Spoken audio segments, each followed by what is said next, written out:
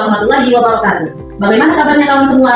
Semoga semuanya dalam keadaan sehat selalu. Sebelumnya, kami ingin memperkenalkan diri. Nama saya Ernie Linsip. Dan saya Sri Suryati. Kami mahasiswi dari Universitas PTIQ Fakultas Tarbiyah dan Ilmu Keguruan dengan program studi Pendidikan Islam Anak Usia Dini. Nah, dalam video ini kami akan membahas tentang kepemimpinan dalam penyelenggaraan PAUD, di mana video ini dibuat untuk memenuhi tugas mata kuliah Manajemen Pendidikan dengan dosen pengampu Meki Idris MPD. Silakan simak video berikut. Ini dalam penyelenggaraan PAUD penting karena dapat menentukan arah program, menciptakan budaya positif, dan meningkatkan mutu pendidikan. Kepemimpinan yang efektif dapat meningkatkan mutu kelembagaan, kualitas pendidikan, dan kemajuan lembaga PAUD. Kepemimpinan yang baik dapat mendorong pertumbuhan dan pembelajaran bagi masyarakat. Kepemimpinan yang baik dapat membantu mencapai tujuan pendidikan secara efektif dan efisien. Kepemimpinan yang baik dapat menciptakan budaya positif yang mendorong pertumbuhan dan pembelajaran bagi masyarakat. Kepemimpinan yang baik dapat meningkatkan produktivitas, efektivitas, efisiensi, dan akuntabilitas. Kepemimpinan yang baik dapat mempengaruhi perilaku orang lain sehingga orang tersebut bersedia untuk melakukan apa yang dikehendaki oleh pemimpin. Unsur-unsur kepemimpinan dalam pendidikan PAUD. Secara dasar, unsur-unsur itulah yang membentuk arti seorang pemimpin, karakter seorang pemimpin, dan lingkungan seorang pemimpin. Dari berbagai penelusuran teori, saya merumuskan berbagai unsur kepemimpinan yang dapat dalam diri seseorang pemimpin. Unsur-unsur pemimpin dibagi dua, yaitu unsur internal dan unsur eksternal. Unsur internal yang pertama adalah bakat. Salah satu unsur internal kepemimpinan yang memiliki pengaruh paling besar adalah bakat. Setiap orang sejak lahir memiliki potensi bakat dalam dirinya. Begitu juga dengan kepemimpinan yang adalah sebuah bakat orang yang dimilikinya sejak lahir. Bakat kepemimpinan biasanya dipengaruhi oleh faktor keturunan, genetik, meski tidak semuanya. Tapi bakat kepemimpinan pada seorang bisa dilihat dan didominasi seorang sejak kecil terhadap lingkungannya. Yang kedua ada kepedulian sosial. Kesadaran atau kepedulian sosial seseorang juga menjadi unsur internal kepemimpinan.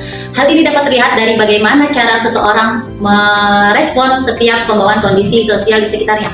Kemungkinan besar dia mampu untuk memberi pengaruh bagi orang lain, untuk berpikir dan bertindak sebagaimana dia melakukannya. Yang ketiga ada pemikiran. Ini tentang bagaimana pola pikir seseorang terhadap sesuatu yang ditangkap alat inderanya. Dia mampu menerjemahkan apa yang dilihat, dirasakan, didengar, dan mampu berbicara tentang hal itu.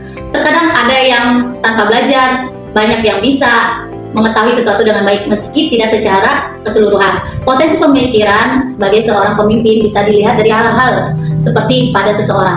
Yang kedua ada unsur eksternal. Yang pertama, pengaruh keluarga. Pengaruh keluarga adalah hal penting yang akan membentuk karakter seorang pemimpin.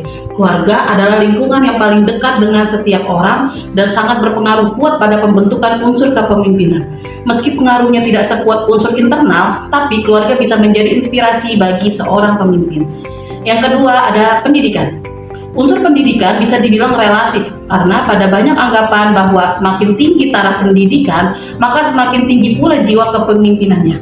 Pada beberapa kasus, kita akan menemukan orang-orang yang tanpa bersekolah tinggi, tapi bisa memimpin dengan baik. Pendidikan menjadi relatif karena alasan tersebut, tapi tetap memiliki pengaruh penting ketika seseorang bisa memanfaatkannya dengan baik. Yang ketiga ada minat. Tidak seperti bakat yang secara langsung dimiliki sejak lahir, minat adalah kecenderungan seseorang untuk menekuni satu hal yang menjadi perhatiannya. Banyak orang yang tidak memiliki bakat kepemimpinan, tapi memiliki minat untuk belajar banyak tentang kepemimpinan. Mereka berpotensi menjadi pemimpin yang lebih baik dari orang yang sekedar memiliki bakat tapi tidak memanfaatkannya. Selanjutnya, fungsi dan prinsip kepemimpinan. Sondang P. Siagian dalam bukunya Teori Praktek Kepemimpinan mengatakan beberapa fungsi kepemimpinan sebagai berikut. Yang pertama, pemimpin sebagai penentu arah usaha pencapaian tujuan. Yang kedua, pemimpin sebagai wakil dan juru bicara organisasi dalam hubungan dengan pihak-pihak luar organisasi. Yang ketiga, pemimpin sebagai komunikator yang efektif.